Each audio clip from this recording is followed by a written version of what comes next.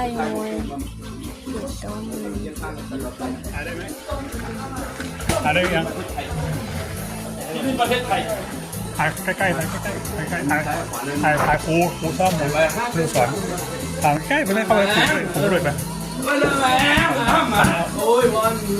อัพแหมอัพแหม ถ่ายใกล้ไปใกล้ครูส่ง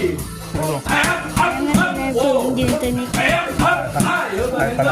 ไอ้อัพมาหัวมามาแล้วกันอันเกิดแบบนี้ถ่ายเลย เว้ยเดินเลยมึงเลยมึงเข้าไปได้ห้ามเดี๋ยวให้พ่อข้างในวะ แค่นักกีฬาไทยก็ได้ ให้ถ่ายตรงสนามมวย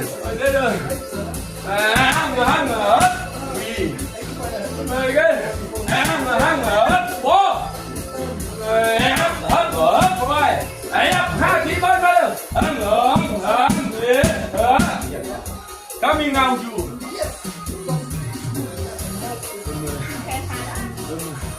เดี๋ยวถ่ายละไปเลยมึงตัวไปนี่นะแหมเขาเรียกอะไรบ้างโชคดีงานแกมือเหรอชิงถ้วยนะรู้ไหมเนี่ยฮะเอาชิงหนึ่งสองอ่ะเฮ้ยไปปุ๊บไปเถอะเอาไง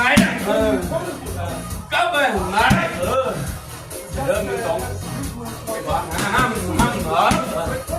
ปุ่นได้เริ่มห้ามเหรอ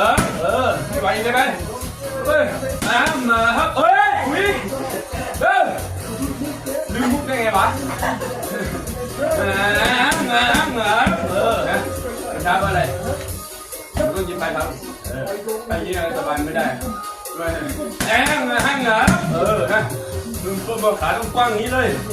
ป้องฮะห้างเหรอดีใจเองมาหนึ่งเซตดีใจนะดีมาดีใจเองดีใจไปเหมื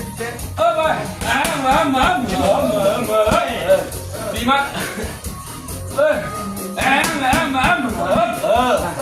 เอาขึ้นมาอย่างเงี้ยทุกท่านเจ็ด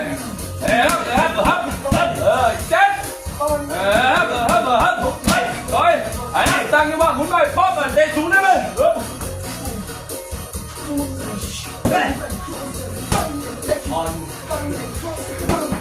เด็กเล่นเลยนะมันก้าวไปมันก็ปุ้งน้องอยู่เรียนไหน พุทธิโสพลพุทธิโสพล ผู้ที่โสพล เมือง อยู่บ้านหม้อเราเนี่ยเหรอ บ้านได้อยู่กับสักน้อยครับ โอ้